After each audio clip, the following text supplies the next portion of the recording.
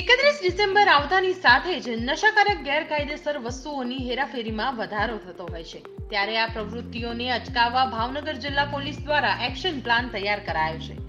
જિલ્લા પોલીસ વડા ડોક્ટર હર્ષદ પટેલની ઉપસ્થિતિમાં શહેરના વિવિધ વિસ્તારોમાં સઘન પેટ્રોલિંગ અને વાહન ચેકિંગ હાથ ધરાયું હતું, જે કામગીરી દરમિયાન ભાવનગર ડોક્ટર એસપી હર્ષદ પટેલ તેમજ સિટી ડીવાયએસપી આર સિંઘલ ખાસ ઉપસ્થિત રહ્યા હતા અને ગઢેચી વડલાથી શહેર તરફ પ્રવેશતા વાહનોનું ચેકિંગ હાથ ધરવામાં આવ્યું હતું।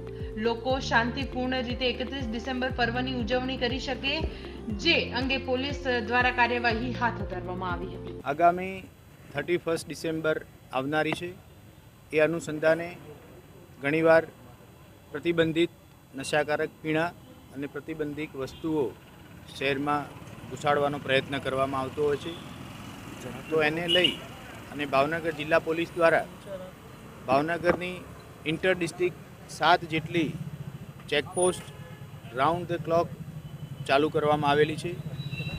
આ ભાવનગરની અન્ય જિલ્લાઓને સ્પર્શતી જે 7 ચેકપોસ્ટ છે એ 24 કલાક કાર્યરત છે, જેમાં ખાસ કરી વ્હીકલ ચેકિંગ ઉપર ભાર આપવામાં આવે છે।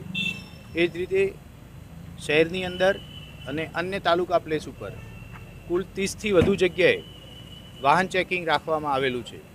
આ વાહન ચેકિંગ દરમિયાન ખાસ કરી અને 2 વ્હીલર 4 વ્હીલ વાહનની ડેકી ચેક કરવામાં આવે છે તથા વાહન ચાલકનું લાયસન્સ, પીયુસી, અન્ય જરૂરી કાગળિયા તપાસવામાં આવેલ છે।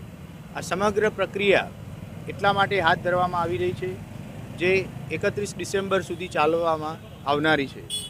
શહેર અને ભાવનગર જિલ્લામાં કોઈ પણ પ્રતિબંધિત વસ્તુ ઘૂસે નહીં અને સમાજ તથા દેશ વિરોધી કોઈ પણ કાર્ય થઈ ન શકે એ બાબતે આગોતરું આયોજન કરી અને આ ભાવનગર જિલ્લા પોલીસ દ્વારા વાહન ચેકિંગનું આયોજન હાથ ધરવામાં આવેલું છે।